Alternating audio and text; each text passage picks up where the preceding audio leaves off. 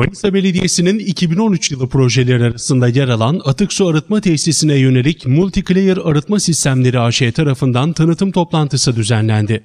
Kültür Merkezi Meclis Salonu'nda gerçekleştirilen toplantıya Belediye Başkanı Cengiz Ergün, Belediye Başkan Yardımcıları Mimar Azmi Açıkdil, Hasaner Yılmaz ve Tamer Çipiloğlu, Su ve Kanalizasyon İşleri Müdürü Erdal Nohutçu, belediye meclis üyeleri ve ilgili kurum yetkilileri katıldı. Toplantıda Multiclear Arıtma Sistemleri AŞ Genel Müdürü Adnan Pekşen ve Koordinatör Köksal tarafından atık su arıtma sisteminin yatırım ve işleyiş sistemine yönelik bilgi verildi. Bilgilendirme toplantısının açılış konuşmasını yapan Belediye Başkanı Cengiz Ergün, ilgili kurum, kuruluş ve sivil toplum kuruluşu temsilcilerine davet gönderilmesine rağmen katılımın düşük olmasına sitem etti. Manisa'nın en büyük sorunlarından biri olan atık su arıtma projesine ilgi gösterilmemiş olmasını Manisa halkının takdirine bırakan Başkan Ergün şunları söyledi. Manisa'nın son 20 yıl içerisinde bana göre en önemli yatırımı noktasında olabilecek ve Manisa'nın en büyük sorunlarından birini teşkil eden atık su arıtma projesiyle ilgili burada bir sunum ve tanıtım toplantısı düzenledik Manisa Belediyesi olarak. Ama görünen o ki Manisalılarımız sağ olsun bütün STK'lar ve kurumlar hepsinin davet edilmiş olmasına rağmen maalesef ben bu konuda üzüntülerimi ifade etmek istiyorum. Duyarlılık noktasında Manisalıların böyle bir projede burada olmasını gönülden arzu ederdim. Ama biz yine basın yoluyla, internet yoluyla, sitemiz yoluyla yine konuyla çok yakın ilgi, alaka içerisinde olan değerli katılımcılara ben teşekkür ediyorum. Ege bölgesinin bereketli toprakları üzerinde kurulan Manisa'mız yıllardır tarım alanlarındaki potansiyelini son 10 yılda sanayi alanına yönlendirerek Türkiye'nin ve dünyanın sayılı sanayi kentlerinden biri haline gelmiş. Son 10 yılda aldığı göç ile nüfusu kısa sürede 100 binlerden 340 binlere ulaşan kent merkezinde son yılların en önemli sorunu göç ve beraberinde getirdiği etkiler olmuştur. Göçün beraberinde getirdiği etkiler şüphesiz insan odaklı ihtiyaçlardır. Bu ihtiyaçların karşılanması sırasında yerel yönetimlerin iş yükü de artmıştır. Manisa Belediyesi 10 yıl önce 100 binin altında bir nüfusa hizmet götürmeye çalışırken bu rakam az önce de belirttiğim gibi 340 binler nüfus düzeyine yükselmiştir. Ve önümüzdeki 5-10 yıllık süre içerisinde de bu sayı herhalde 500 binlere ulaşacağı artık çeşitli platformlarda, meclis toplantılarımızda bunlar dile getiriliyor. OSB'nin yakın süre içerisinde yeni alanları açmak suretiyle Manisa'da 100-150 bin nüfusun daha bu önümüzdeki süreçte değişeceği noktasında hemen hemen ortak görüş var. Hal böyleyken belediyenin yatırımlarında zamanla yetersiz hale gelmiş ve acil yenilenmesi gereken hizmetler ortaya çıkmıştır. İşte bu hizmetlerden en önemlisi de artık ömrünü tamamlamış atık su arıtma tesisidir. Bilindiği üzere atık su arıtma tesisi 20 yıl önce Manisa'da yapılmış ve günlük arıtma kapasitesi 31 bin metreküptür. Yani bugün nüfusun yarısının altında bir sayı olarak kalmış. Bugün Manisa'nın ihtiyacı en az 60-65 bin metreküp civarında bir talebeyi nüfusa göre orantıladığımızda yapılan veriler ve hesaplamalar bunu bize gösteriyor. Maalesef bugün %40 civarlarında atık su arıtma sistemi Manisa'da yeterli düzeyde hizmet vermeme noktasına gelmiştir. Yapıldığı tarihte kapasitesi yeterli olan bu tesis bugün günlük 60-65 bin metreküp civarında artık Manisa'ya yetmemektedir. Atık su arıtma tesisine giren, arıtılması gereken atık suya Kenan Evren Sanayi Sitesi'nin ve askeri birliklerin atık sularında dahil olduğunu dikkate alırsak, ortaya nasıl bir çevre kirliliğinin çıktığını daha kolay anlayabiliriz. Atık su arıtma tesisimizin teknolojisinin eski olması ve artık günümüz şartlarına göre ihtiyaçlara cevap vermemesi önemli bir konudur. Tesislerin yetersiz kalması maalesef Manisa'nın can damarı Gediz Nehri'nin ve yeraltı su kaynaklarının korunmasını imkansız hale getirmiştir. Ancak bu sorun 1-2 yılın sorunu değil, son 10 yılın sorunudur. Bu eksikliği çözmek için girişimleri yapmak yine bizlere nasip olmuştur. Yaklaşık 3 senedir bu konuyla ilgili belediyemiz proje noktasında, ÇED noktasında çalışmalarını başlatmıştır. Bunun da özellikle bilinmesini istiyorum. Bugün gündeme gelen bir konumuz değil.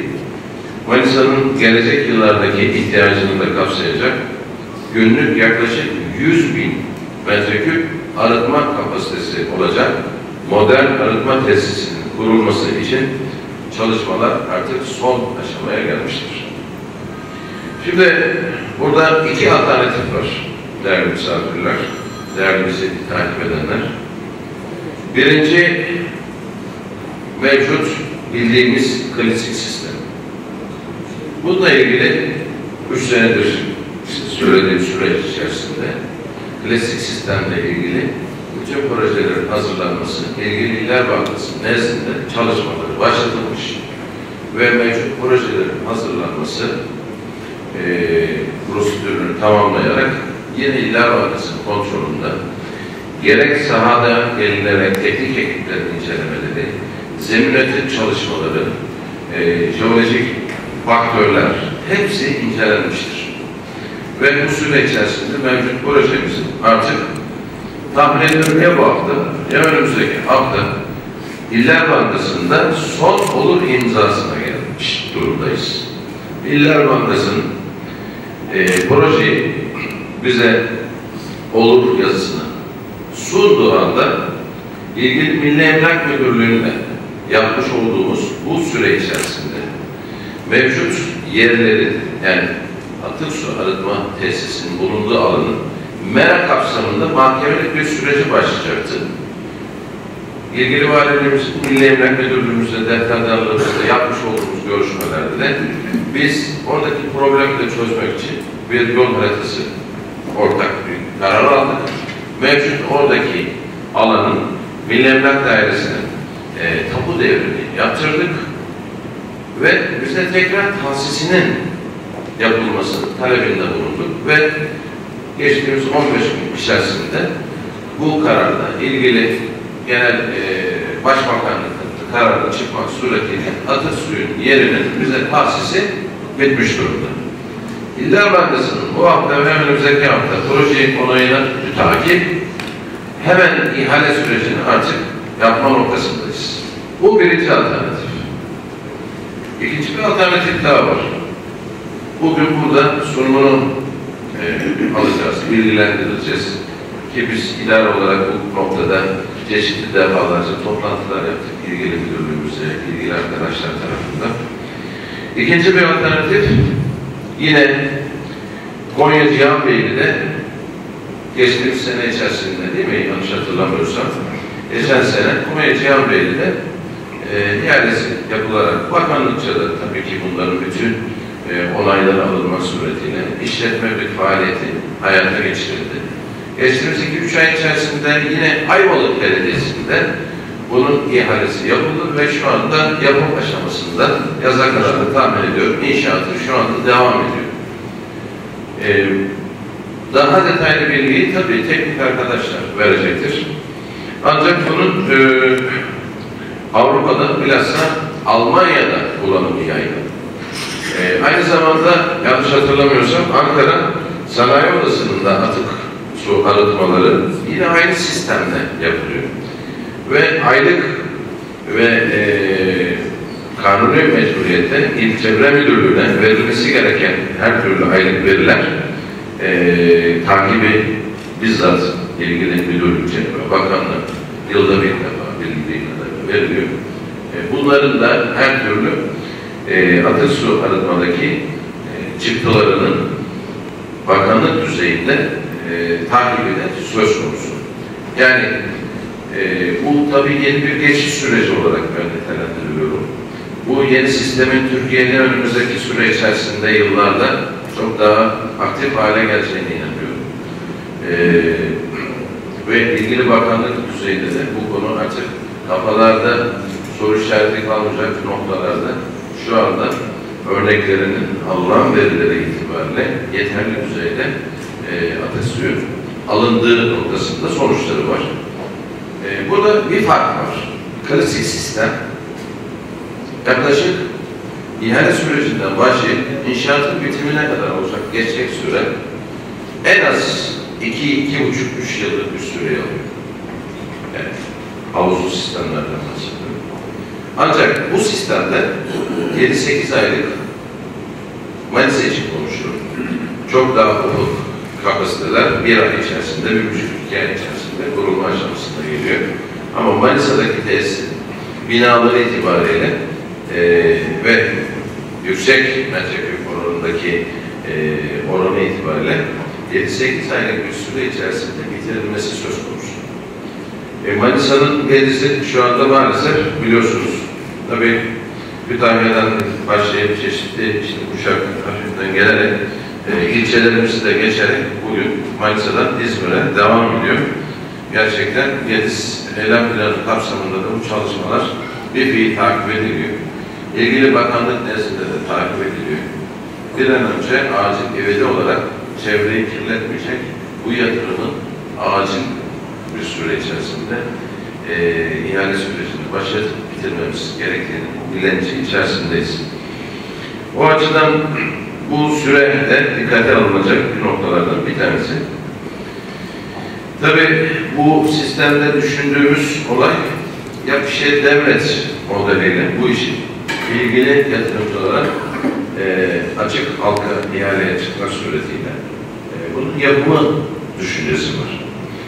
Bugün burada yapılacak olan yeni sistemin bir kere daha üzerine basarak söylüyorum. İlgili bakanlığınca da uygun artık görüşler noktasında kabul edilen bu tanıtımın bir örneklemesi bugün olacak. Bakanlıkça da artık bunların kabulü noktasında çalışmalar devam ediyor. Son olarak hızla büyüyen Manisa'nın acil ihtiyaçlarını çözmek, geleceğimiz çocuklarımıza sorunlu bir kent yerine sorunsuz bir kent bırakmak için elimizden geleni yapacağımızdan kimsenin şüphe duymaması gerektiğine inanıyorum. Çünkü bu kentte hepimiz yaşıyoruz. Bu kent hepimizin. Bir an önce bu noktada da yine bunun bir benzeri, bunda da inşallah çok yakın bir süre içerisinde çöp ayrıştırma, atık ayrıştırma tesislerinde Manisa'da 30-40 senedir kanayan yaralarından bir tanesinde inşallah 1-2 ay içerisinde herhalde bunun da ihale aşamasına artık gelme noktasındayız. Orada da yapılan çalışmalar son noktaya geldi. Bunun da bilinmesini istiyorum. Başkan Ergün'ün ardından söz alan Su ve Kanalizasyon İşleri Müdürü Erdal Nohutçu, şu anda kullanılan mevcut sistemdeki atık su arıtmada en büyük dezavantajlardan birinin koku problemi olduğunu belirterek bunun giderilmesinin yüksek maliyet getirdiğini, tanıtımı yapılan tesislerin tahlillerinde de koku probleminin olmadığını söyledi. Tesis bizzat birebir arkadaşımızla beraber gezdik. Yani mevcut arıtma tesislerimizdeki en büyük dezavantajlardan biri koku problemi. Yani bunu bir de şehir içine yakın yerlerde yaptığımız zaman bu çok problem yaşıyoruz ve bunun da giderilmesi büyük rakamlara yol açıyor yani belediye için. Ve bu tesislere bir şahit oldum, koku probleminin olmadığı. Benim için yani önemli olan tarafı oydu. Kokunun olmaması ve sistemde çıkan su tahlillerine ve gözle baktığımız tahlillerine göre herhangi bir problem göremedim. Sadece bunu ekleyebilirim. Bu da önemli bir konu. Koku gideriminde maliyetli bir tesis. Toplantı Multiclayer Arıtma Sistemleri AŞ Genel Müdürü Adnan Pekşen ve Koordinatör Köksal Köksal'ın proje fizibilitesi, Multiclayer arıtma sistemi maliyeti ile klasik arıtma sistemi maliyeti arasındaki farka yönelik konuşmalarıyla devam etti. Multiclayer arıtma firmasının genel müdürü. Benimle beraber maliyetler proje aşamasında proje koordinatörü Köksal Köksal Bey ile beraber Multiclayer arıtma sistemi nedir? Nasıl bir şeydir? Arıtmayı nasıl gerçekleştiriyor? Bunu size anlatacağız. Ülkemizdeki bu yatırımlar 60'lı yıllarda başladı büyük şehirlerde. Son 10-15 yılda arıtma tesislerinin yatırımları ve yapımları çok hızlı bir şekilde ilerledi. Ama dünya ile beraber Türkiye'mizde de artık arıtamadığımız, daha iyi nitelikte arıtmaya çalıştığımız ve geri kazanmak zorunda olduğumuz suların daha iyi teknolojilerle nasıl arıtılacak çalışmalar başladı. Tabii bunu anahtar teslimiyle yapılsa veya bizim önerimiz devre şeklinde de olsa maliyetler değişmiyor. Yatırım maliyeti aynıdır, işletme maliyeti aynıdır. Bunu belediye de işletse, biz de işletsek, biz de yapsak, belediye de yapsak rakamlar değişmiyor. Bu bizim gerçekçi rakamlarımız, bizim gene söylüyorum bunu yap devlet şeklinde de olsa, yap işlet de olsa, anahtar teslimi de olsa bu rakamlar zaten